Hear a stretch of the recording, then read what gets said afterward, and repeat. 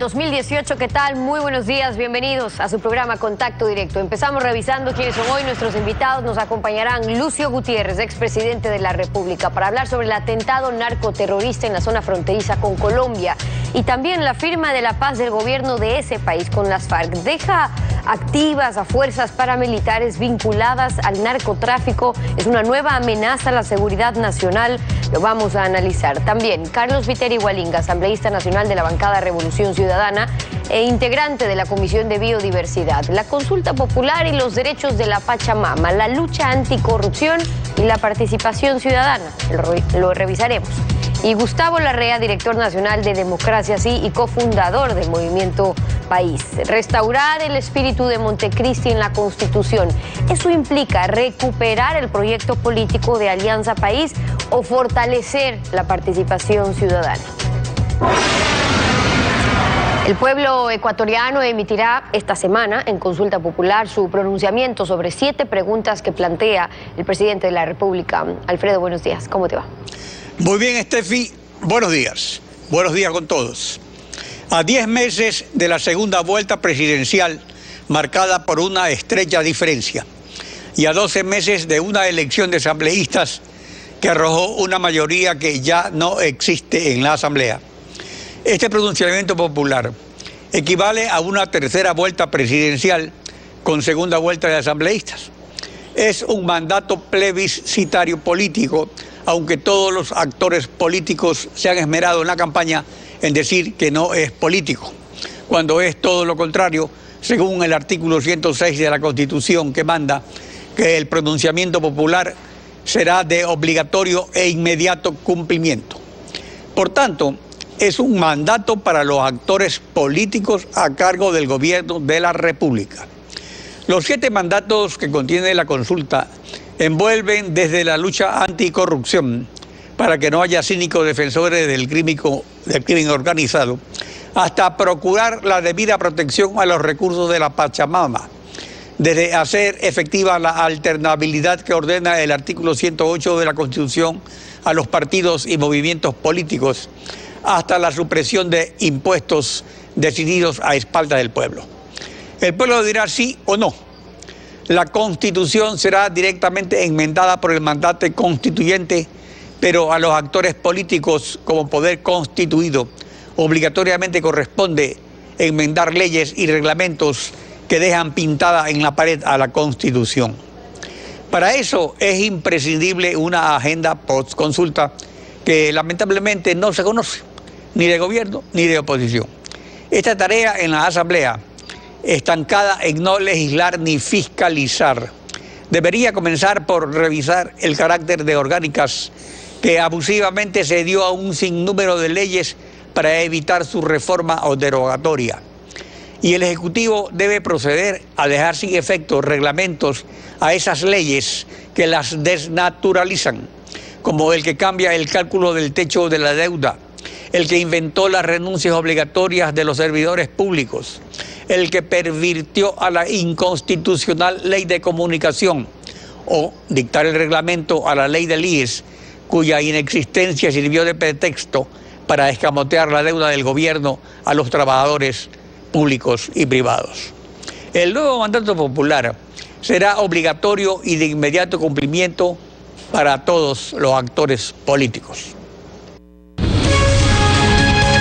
La actualidad, los protagonistas, el análisis y la información en Contacto Directo.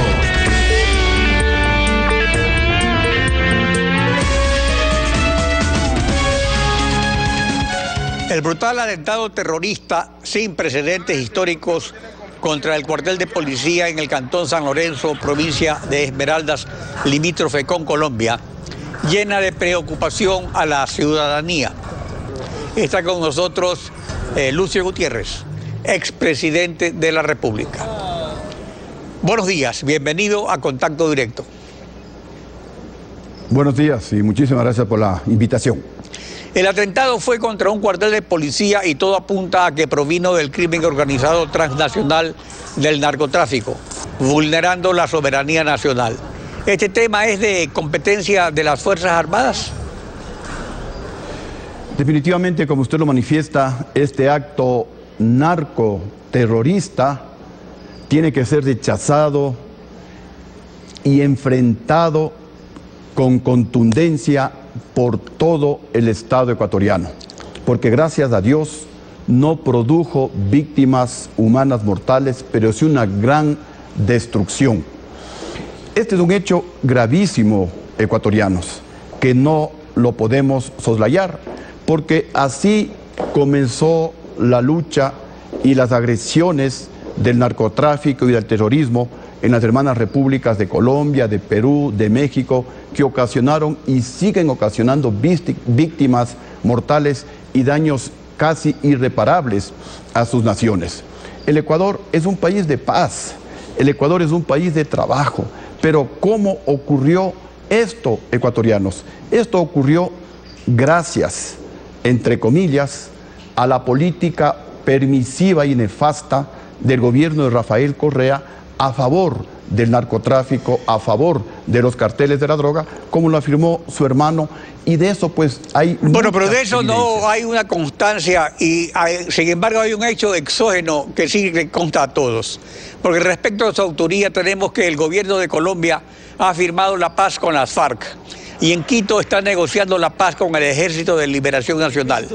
Los antecedentes históricos indican, especialmente en África, que un acuerdo de paz con las guerrillas implica dejar en la desocupación a miles de jóvenes paramilitares que como profesionales de la violencia la redirigen hacia los países vecinos mediante delitos comunes y conexos con el narcotráfico. Entonces el problema es cómo debe prepararse el Ecuador para enfrentar esta dura realidad que se ve venir, que está llegando. Bueno, hay algunas evidencias de que la situación de terror que hoy estamos viviendo en el territorio nacional se debe a esta política nefasta y permisiva de Rafael Correa. Primero, Rafael Correa, por conceptos de soberanía, no renovó el convenio de la base de Manta para que los Estados Unidos, desde la base ecuatoriana de Manta y usando tecnología, nos ayuden a combatir el narcotráfico. Esto ha permitido que los carteles de la droga, que los narcotraficantes comiencen a incursionar con mucha mayor facilidad en nuestro país. En segundo lugar, Rafael Correa, con total intencionalidad, compró radares inservibles para permitir que las narcoavionetas se paseen libremente por el territorio nacional. En tercer lugar, Rafael Correa liberó a 2.000 mulas del narcotráfico que habían narcotraficado hasta con 2 kilogramos de droga que equivalen a 4 libras y que hoy son los que están vendiendo la droga en las escuelas y en los colegios, terminando con toda una generación en el país. En cuarto lugar, Rafael Correa, para cerrar este negocio, aprobó la tabla de consumo de drogas. En quinto lugar, Rafael Correa debilitó como uno de los postulados del Foro de Sao Paulo a las Fuerzas Armadas ecuatorianas, les quitó la posibilidad de que puedan defendernos ante una amenaza de esta naturaleza, porque una cosa es una guerra convencional en donde uno sabe en dónde está el enemigo, por dónde va a atacar el enemigo. En estos temas de terrorismo uno no sabe cuándo, dónde y a qué hora nos va a atacar el enemigo. Por eso justamente pues se requiere como acciones importantes, por ejemplo, ¿qué hace la SENAIN? La SENAIN, en lugar de perseguir a los opositores políticos, debería utilizar sus recursos para justamente prevenir actos narcoterroristas como el de San Lorenzo. Pero usted mencionó algo que se refiere, por ejemplo, al microtráfico. El microtráfico de reciente aparición e intensidad en el país es, en otras partes, una estrategia del macrotráfico para distraer a las fuerzas policiales. ¿Cómo debe la policía intensificar sus esfuerzos en desarticularlo?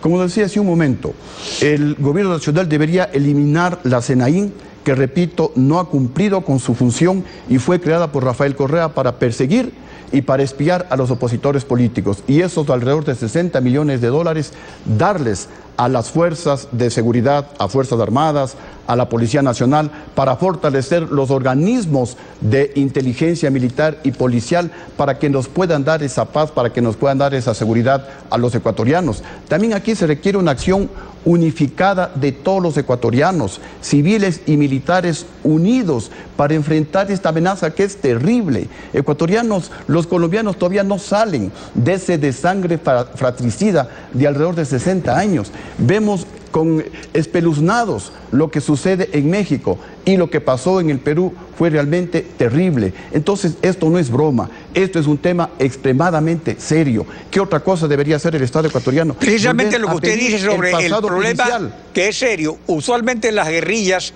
se financian con dinero sucio del narcotráfico, como ocurre con los talibanes en el Triángulo del Opio en Asia, como ocurrió con las FARC en el Triángulo de la Cocaína en Sudamérica.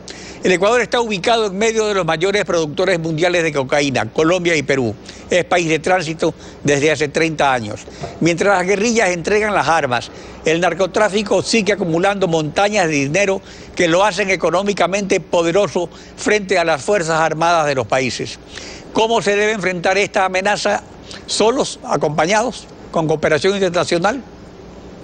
Debemos fortalecer los acuerdos internacionales, porque lo que está viviendo Colombia, por un lado, la firma de la paz con las FARC, y como usted manifestaba, hay miles de guerrilleros que toda su vida han estado actuando, han estado delinquiendo, han estado secuestrando a gente, han estado asesinando a colombianos, y que de la noche a la mañana no van a cambiar de actitud. Toda esa gente va a venir al Ecuador. En segundo lugar, Colombia todavía no termina de sellar la paz con otros movimientos guerrilleros como el Ejército de Liberación Nacional, y se menciona que los actos terroristas que hubo en Colombia y en el Ecuador fueron simultáneos y podrían prevenir de gente vinculada con este grupo guerrillero. Por eso manifestaba, una de las acciones, además de fortalecer a los organismos de inteligencia policiales y militares, es volver a pedir el pasado judicial, como se lo hizo en nuestro gobierno. Eso sí es factible. Por un lado están los acuerdos internacionales, pero por otro lado está la seguridad fundamental y prioritaria de los ecuatorianos, mientras se fortalecen estos acuerdos internacionales para que puedan pues beneficiarse de la inteligencia militar y policial de cada uno de los países, porque estos son delitos transnacionales. El narcotráfico, el terrorismo, hay que combatirlo por la comunidad internacional, y hay acuerdos, y estos acuerdos pues deben ser fortalecidos. Aquí la cooperación antidrogas con Estados Unidos se ha mantenido pese al discurso antiyanqui de Correa, y aparentemente el atentado es una represalia contra el Estado del Ecuador por la entrega a la justicia de Colombia de 2 narcotraficantes. ¿De qué forma considera que se debe reforzar la cooperación internacional? Tenemos que, a través de los organismos de inteligencia militar y policial que son especializados en esta lucha contra el narcoterrorismo, fortalecer, darles los medios. Las Fuerzas Armadas y la Policía Nacional no tienen medios. Como parte de esta política de Rafael Correa de debilitamiento a las Fuerzas Armadas, les dejaron sin medios, sin vehículos, sin aeronaves para poder transportarse adecuadamente y enfrentar al narcoterrorismo, sin medios tecnológicos que son fundamentales para enfrentar esta amenaza que estamos viendo es real. Este atentado de ecuatorianos en San Lorenzo solo es comparable a la agresión que sufrimos por parte de las FARC cuando, violando nuestra soberanía, ocuparon por cerca de un año el destacamento de Angostura con la complicidad de Rafael Correa. Y este hecho, señor fiscal general del Estado, todavía no ha sido investigado, porque luego de esta agresión a nuestra soberanía vino otra con el bombardeo colombiano. Por eso insisto, ecuatorianos, esto no es broma, esto es extremadamente serio. El Ecuador siempre ha sido un país de paz y de trabajo, y no debemos... Ahora, precisamente sobre eso, las preferencias arancelarias antidrogas son justamente un reconocimiento de Estados Unidos a los países que luchan contra las drogas ilícitas. Eso ya terminó. En el contexto actual, debería buscarse con Estados Unidos un acuerdo comercial que restablezca y asegure para el Ecuador las preferencias arancelarias antidrogas que tuvo durante 20 años y que sirven para luchar también dentro del frente interno privado porque vemos cómo se infiltra el narcotráfico también en actividades productivas como de la exportación, puesto que el Ecuador es un país de tránsito. En el Ecuador en la actualidad casi nadie invierte, ni los nacionales, peor los extranjeros. Y como no hay inversión, no hay trabajo. Y si no hay trabajo, aumenta la pobreza. Y cuando aumenta la pobreza, es un caldo de cultivo para la delincuencia internacional organizada, como es el narcotráfico, como es el terrorismo. De ahí que es imperativo buscar acuerdos comerciales internacionales con la finalidad de que vengan inversiones al Ecuador. Nuevamente, ecuatorianos, la economía no se maneja ideológicamente, la economía se maneja técnicamente y los recursos que se obtengan de ese buen manejo económico, eso hay que invertirlo con filosofía social, eso hay que invertirlo en beneficio de los más pobres del país. De esa manera, trayendo inversiones, generando empleo, vamos de alguna manera a desmotivar la posibilidad de que la gente pobre que no tiene trabajo caiga en manos de los narcotraficantes, caiga en manos de los narcoterroristas. Porque ecuatorianos, con esa política permisiva a favor de los carteles de la droga, del gobierno de Rafael Correa, al Ecuador le han convertido en un país productor de tráfico y de consumo de drogas. Especialmente la producción en Colombia y en el Perú no ha disminuido y el tráfico, por tanto, ha aumentado a través del Ecuador. Lucio Gutiérrez, expresidente de la República, gracias por acompañarnos en Contacto Directo. Muchísimas gracias por la invitación. 10 de la mañana con 17 minutos. Vamos a una pausa. Al regresar conversamos con Carlos Viteri Hualinga, asambleísta nacional de la bancada Revolución Ciudadana e integrante de la Comisión de Biodiversidad. Los derechos de la naturaleza en la consulta popular, la lucha anticorrupción y la participación ciudadana. Lo analizamos al volver. Quédese usted en nuestra sintonía.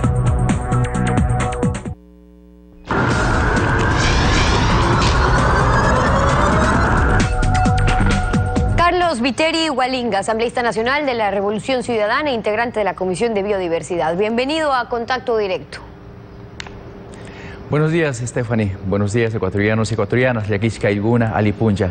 Qué bueno estar acá para conversar, dialogar con ustedes y el país. Buenos días. Gracias a usted por acompañarnos. Por su experiencia en la mesa de biodiversidad y en temas de medio ambiente, ¿no está de acuerdo con la pregunta de la consulta que plantea ampliar la zona intangible en al menos, dice, 50.000 hectáreas y reducir el área de explotación petrolera en el Parque Nacional Yasuní de 1.030 hectáreas a 300 hectáreas? Stephanie, esta es una de las preguntas que no requiere de consulta popular. Es una pregunta que evidentemente es un gancho para atraer la votación de los jóvenes ecologistas preocupados por el cuidado del ambiente. Pues incrementar en 50.000 hectáreas el área del Parque Nacional, el área intangible, pues se puede hacer por decreto, sin necesidad de una consulta popular. Y por otro lado, pues es importante entender que es una pregunta muy confusa, ¿ya? El área intangible Tagaire-Taraumenani tiene una extensión de alrededor de 758.048 hectáreas y tiene adicionalmente un área de amortiguamiento de 10 kilómetros que suman a aproximadamente 454.000 hectáreas. Y por otro lado, no se sabe a qué es lo que se incrementa, al área intangible propiamente dicho o al área de amortiguamiento.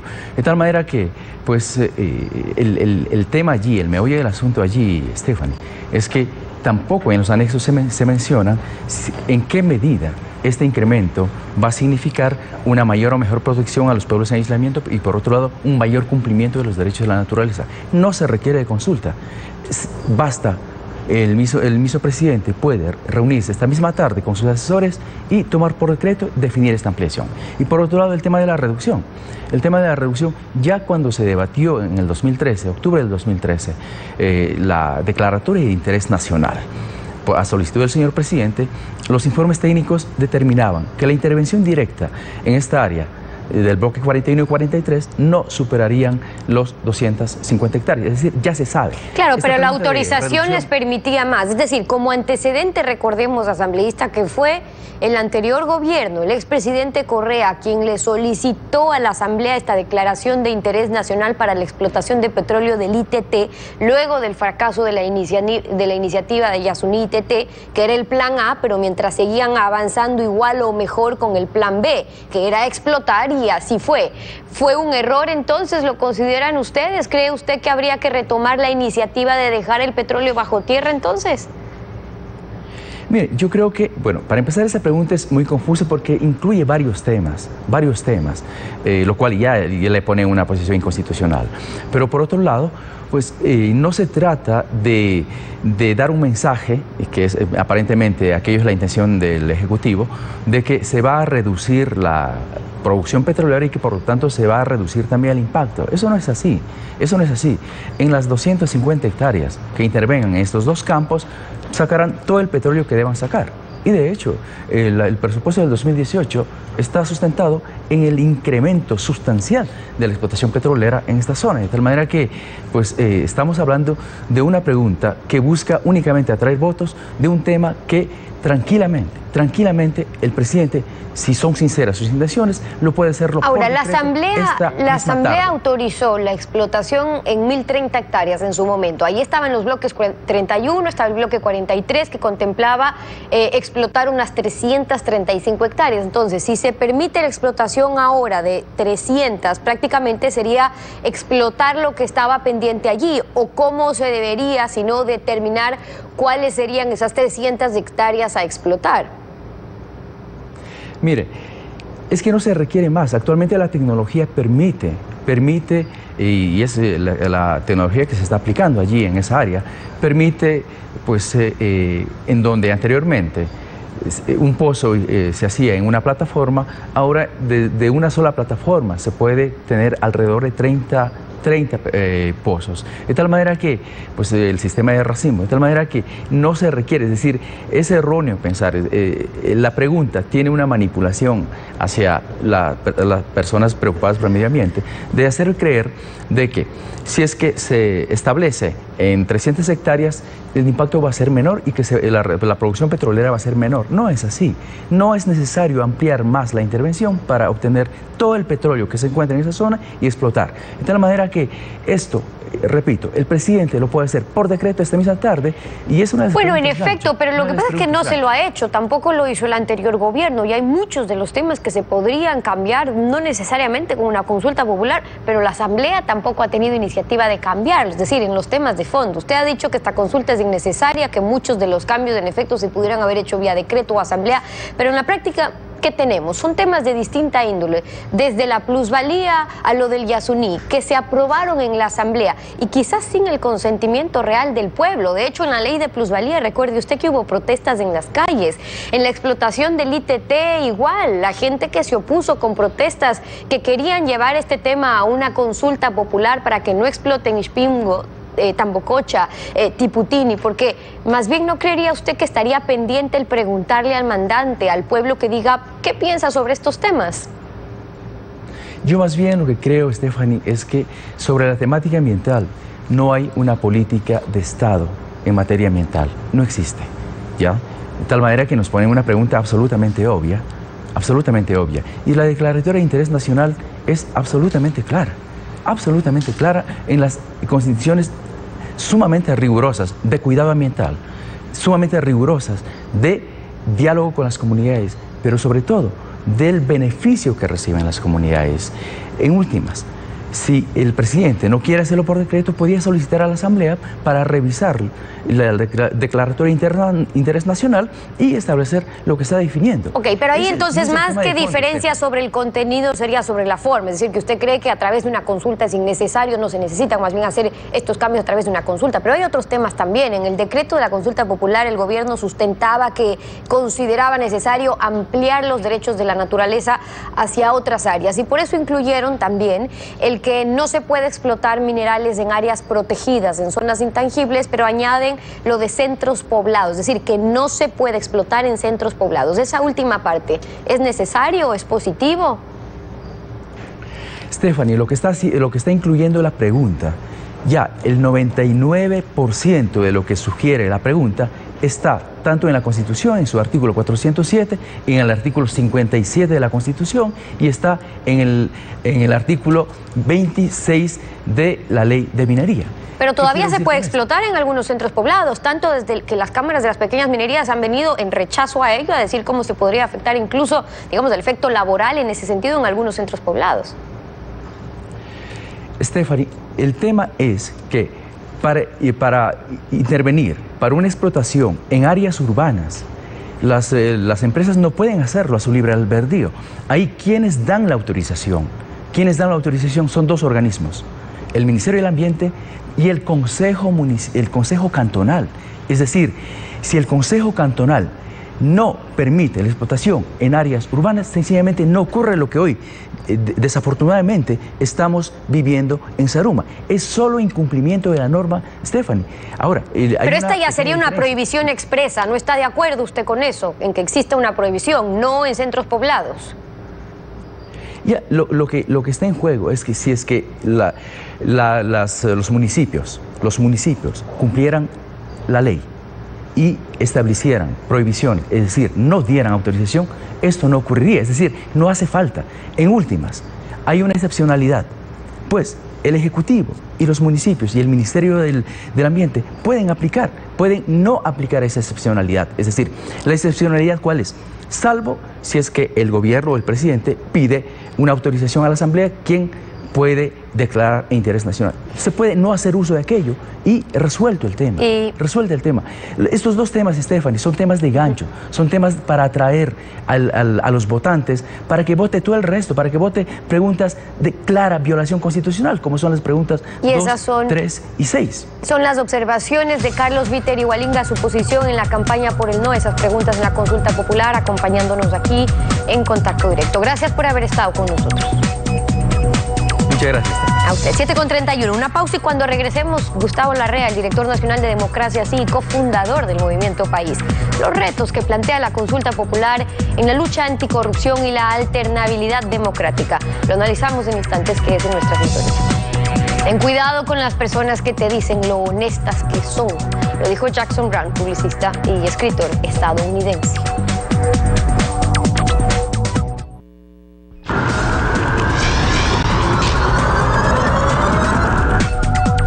Gustavo Larrea, director nacional de Democracia Sí y cofundador del Movimiento País, Patria Altiva y Soberana. Buen día, bienvenido a Contacto Directo. Muchas gracias, Alfredo, un gusto estar aquí. La consulta popular que plantea el presidente Lenín Moreno propone restaurar el espíritu de Montecristi en la Constitución. Este planteamiento necesariamente implica refrescar el proyecto político de Alianza País, que dé señales de crisis o reagrupa a movimientos de sectores ciudadanos que se han alejado de ese proyecto político.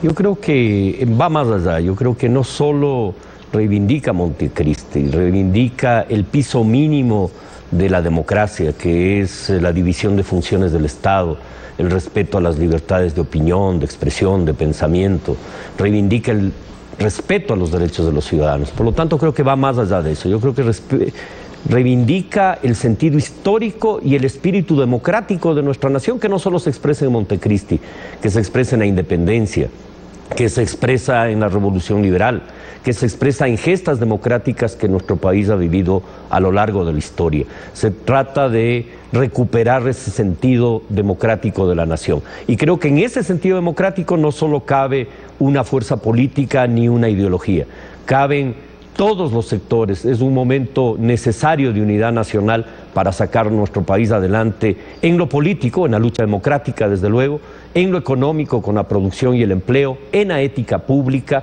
que es fundamental, y en la inclusión social. El contenido de las preguntas, en efecto, no cubre la restauración de todo ese espíritu, pero metódicamente plantea los grandes temas que fueron alterados: lucha anticorrupción, alternabilidad política, participación ciudadana, impuesto manía, derechos de los niños y de la madre naturaleza. ¿Contiene entonces la consulta un nuevo mandato popular para presidente y asambleístas?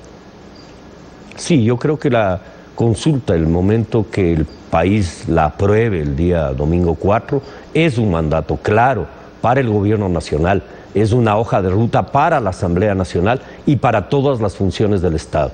Es recuperar el sentido histórico, democrático de la nación, que es lo que nos une como país. A propósito de eso, rechazar enérgicamente el ataque terrorista contra nuestra nación, contra el Ecuador entero, que afecta ahora al Cantón San Lorenzo, y nuestra solidaridad con la Policía Nacional. Pero ese es un atentado contra el país que debe ser respondido por todos nosotros con unidad. Tema acuciante que todos los días golpea a las familias ecuatorianas es la carga tributaria. Pues los impuestos que se dice que son para los ricos, estos los trasladan a la ciudadanía en el precio de venta al público de los bienes y servicios que producen sus empresas. La derogatoria de la plusvalía, ¿es suficiente o solo es un símbolo de crear impuestos a espaldas del pueblo? Yo creo que es un paso importante a recuperar la producción y el empleo. Esa ley fue una ley confiscatoria, absurda, que no solo generó la pérdida de 100.000 puestos de trabajo, sino que frenó la industria de la construcción y el derecho a las familias ecuatorianas a tener vivienda propia, que es el sentido, en cambio, histórico democrático en economía de nuestro país. Nuestro país tiene cerca de 3 millones de familias que pagamos impuestos prediales y se trataría de que las 2 millones de familias que no tienen vivienda las adquieran en los próximos años. Ese es el sentido, y por lo tanto esta derogatoria es un punto importante en esa lucha. Pero es un punto además de reactivación económica del país, no el único. Es necesario también una ley de repatriación de capitales. Es necesario construir una autopista para el desarrollo y no quebradas que impiden el desarrollo. Y parte de esa autopista implica un acuerdo tributario de largo plazo y no que cada de vez en cuando a alguien se le ocurre un nuevo impuesto, se inventan un nuevo impuesto y en vez de generar confianza y seguridad para producir, generan todo lo contrario. Creo que es muy importante que en los próximos meses consolidemos seguridad jurídica, consolidemos estabilidad y confianza para que la economía ecuatoriana crezca y superemos los problemas de pobreza y pobreza extrema. La consulta propone ciudadanizar el quinto poder del Estado o poder ciudadano que fue capturado por Alianza País mediante la elección popular de sus miembros. Pero en el interín habrá un consejo transitorio con miembros que, según la consulta, no pueden estar vinculados a partidos ni movimientos políticos. No es que se trata de que no sean amigos de Lenín Moreno, que primero estaban los de Rafael y después los de Lenín. Es que la consulta dice que no pueden estar los que están vinculados a los partidos y movimientos políticos.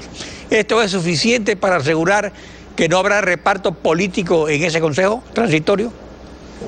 Yo creo que es importante entender que esa transición es eso, transición, que lo fundamental es que los ciudadanos elijamos democráticamente al nuevo Consejo de Participación Ciudadana. Y en la transición, el presidente Moreno el domingo, no ayer, sino hace una semana, dijo en la entrevista de varios canales de televisión que él no mandaría en esa terna a ninguna persona cercana a su gobierno ni a ninguna persona cercana a sus amistades, y eso me parece muy importante.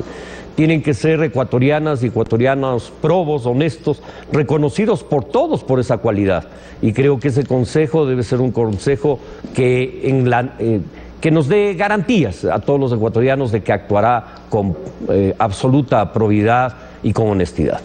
Bueno, porque no sean cercanos a Lenín Moreno, pero la reforma dice que no sean cercanos a los partidos políticos, o sea, que no sean cercanos a Nebot, que no sean cercanos a Lazo, que no sean cercanos a Correa, que no sean cercanos a Paco Moncayo. Me parece que debe ser así, que deben ser ciudadanas y ciudadanos que no representen a ningún interés partidario ni ningún interés corporativo. El principio de la alternabilidad desde la Asamblea de Montecristi está presente en todas las elecciones de dignatarios públicos y privados, en las universidades, en organizaciones privadas, incluso en los gremios, aunque se ha hecho excepciones que contradicen este principio, especialmente en la función de transparencia y control y en la enmienda de la reelección indefinida. ¿Por qué Movimiento País en Montecristi, cuando usted en esa época era ministro del gobierno de Rafael Correa, decidió limitar la reelección a una sola vez? Porque el espíritu, si usted se recuerda, y si recuerda a la ciudadanía, el espíritu de esa propuesta fue la alternabilidad. Se cuestionó a la partidocracia, se dijo no más gerentes propietarios de partidos, no más gente que pretenda eternizarse en el poder, renovación democrática. Ese fue el espíritu, ese es el sentido democrático del país, la renovación. Y que es absurdo, por ejemplo, que un movimiento político que enarboló la renovación pretenda la reelección indefinida e incluso elija como presidente vitalicio de su organización al expresidente Correa. Eso ya demostraba que perdieron hace rato el hilo de la historia del país y el proyecto que les dio nacimiento, que era un proyecto democrático, no autoritario. Y lo que pasó es que convirtieron ese proyecto en un proyecto autoritario y corrupto que gobernó al país en los últimos años. Históricamente incluso, partidos políticos en otros países que han estado en el poder largas décadas, el PRI en México, el Partido Comunista Chino que sigue todavía en el poder 60 años, tienen incluso una limitación a la reelección. En México no había reelección. En China solo por una vez. Entonces este afán desaforado de la reelección indefinida que nunca ha existido en el Ecuador, que es consecutiva, también implicaría un uso de del Estado, porque plantea la reelección indefinida es la reelección consecutiva. Exactamente, y implica que el funcionario que pretende reelegirse, el líder que pretende reelegirse, use el aparato del Estado para eso. Salvo las dictaduras de Franco, Somoza, Pinochet, etcétera, Stroessner se le ocurrió la reelección indefinida. Esa reelección indefinida es antidemocrática. Por eso nuestra convicción y nuestro llamado a todos los ciudadanos a votar sí en todas las preguntas, a votar con el corazón, a votar con compromiso por la nación y por nuestro futuro. Gustavo Larrea, gracias por su participación en Contacto Directo. Muchas gracias. Estefi. Concluimos esta emisión. A ustedes, como siempre, gracias a su confianza y sintonía. Nos volvemos a encontrar mañana, Alfredo. Mañana continuamos rayando la desinformación en Contacto Directo.